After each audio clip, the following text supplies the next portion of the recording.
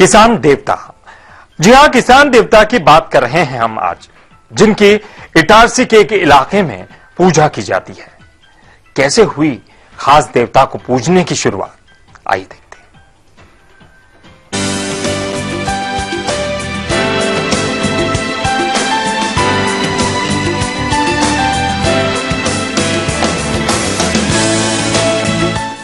खेतों में हो अच्छी पैदावार,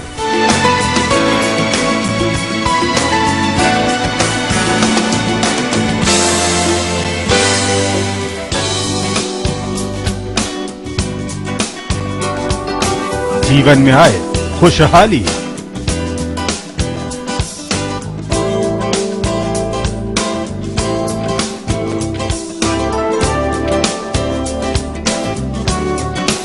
लोग जिए अच्छा जीवन।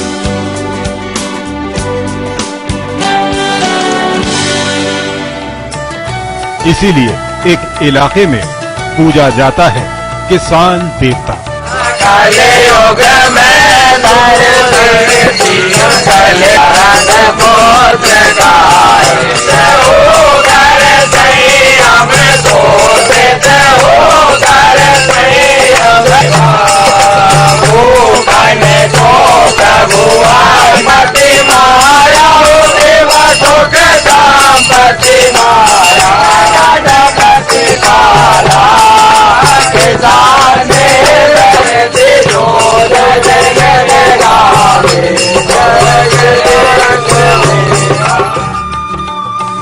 देवता की होती है आरती।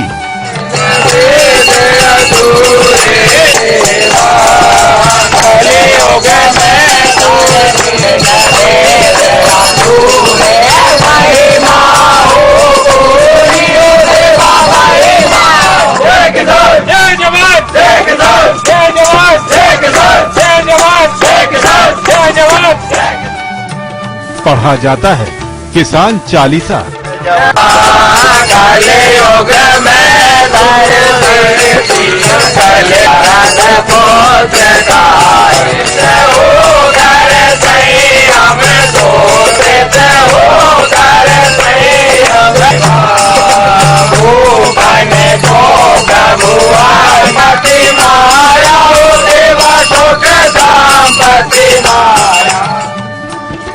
इटारसी से 15 किलोमीटर दूर है गांव सुप्रली। देखने में तो ये गांव इलाके के दूसरे गांव जैसा ही है, लेकिन एक देवता की पूजा ने इसे खास बना दिया है। योग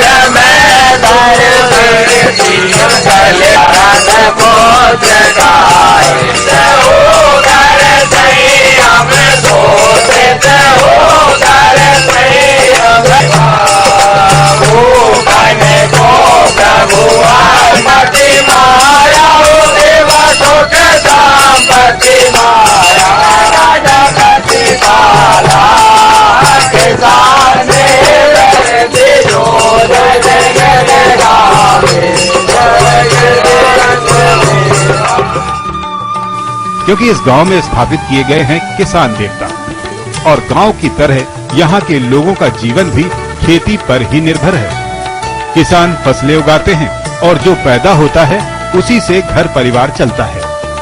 गांव में किसान होने के महत्व को भी बखूबी समझा जाता है, क्योंकि उससे न केवल उनके परिवार का पेट भरता है, बल्कि देश के दूसरे लोगों को भी अन्न किसान ही उपलब्ध कराते हैं। इसी सोच के साथ यहाँ पर किसान देवता की स्थापना की गई है। देवता की सुबह और शाम पूजा की जाती है, विशेष आरती होती है, काफी देर तक कीर्तन होते हैं।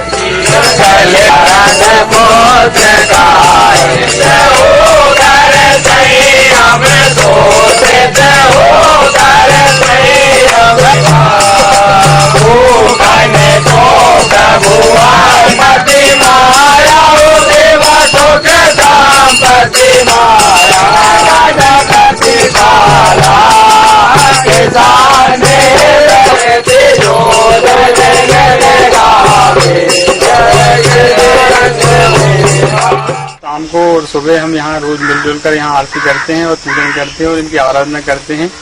और हम चाहते हैं कि यह सब लोग इसको जानें। और इसका महत्व यह है कि किसान जो मेहनत करता है तो वह मतलब उसकी पूजा होनी चाहिए, उसकी मेहनत को समझना चाहिए सबको। किसान देवता के बारे में यहाँ के लोग कहते हैं कि जब भगवान विश्वकर्मा भवन निर्माण और कल कारखानों में भगवान धन्वंतरी औषधि के ज्ञाता के रूप में पूजे जाते हैं, तो फिर किसान जो सृष्टि के लिए अन्न पैदा करता है उसकी भी पूजा होनी चाहिए। तो कहते हैं कि वेदों में भी कई पंक्तियां किसानों के लिए लिखी गई हैं। साथ ही किसान पूजा के कई और आधार भी बताते हैं।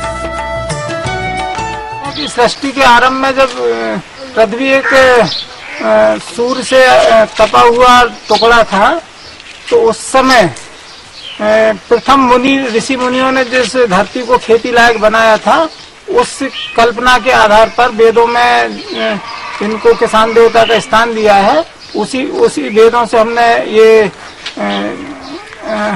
इसका चुनाव किया है किसान देवता का, और हम प्रतिवर्ष नवरात्रि में विशेष उत्सव बनाते हैं। वैसे तो इस गांव में किसान देवता की पूजा हर दिन होती है, लेकिन कई बार यहाँ उत्सव जैसा माहौल होता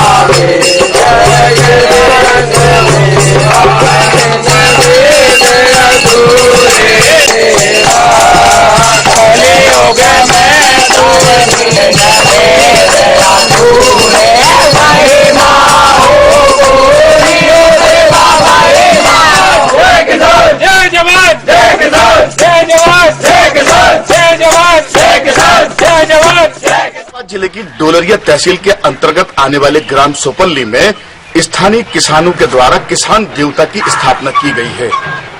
जहां तक किसानों का मानना है कि यहाँ प्रतिदिन किसान देवता की आरती की जाती है और किसान देवता चालीसा भी किया जाता है। जहां तक बात आती है कि नवरात्रि में इन्हीं ग्रामीणों के द्वारा किसान देवता की विशाल मूर्ति की स्थापना की जाती है।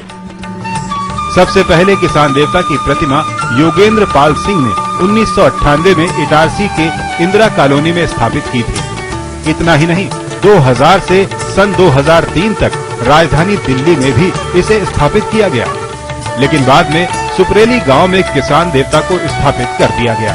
इस गांव में तो किसान देवता को पूजा ही जाता है, साथ ही इलाके के कई और गांव में भी लोग इन्हें पूजने लगे हैं। 9 दिन का अनुष्ठान करते हैं और कभी कभी इसको हम पूरे प्रदेश में भी इसकी यात्रा निकालते हैं जीप में रख के, और गांव-गांव अलग-अलग गांव में भी इसकी स्थापना करवाते हैं। ये कार्यक्रम रहता है। अभी तक हमने करीब 60-65 गांव में किसान देवता की स्थापना करवा चुके हैं। रहते थे, और इसके बाद जब ये नवरात्रि के पर्व पड़ते तो उस समय किसान देवता की स्थापना भी करते थे। लगभग 5 वर्ष किसान देवता की स्थापना की। पर लोग आया जाया करते थे किसान देवता के दर्शन में। किसान देवता की पूजा करने वाले लोग कहते हैं कि सभी को किसानों के साथ साथ अन्य के महत्व को समझना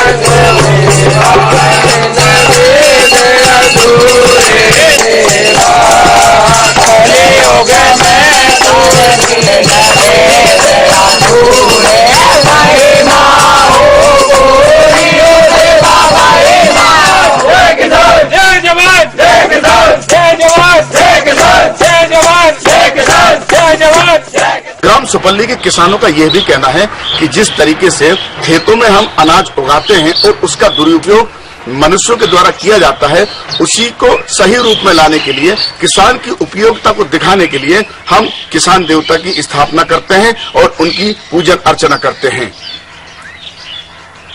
ग्राम सुपल्ली से समय के लिए विनय मालवीय।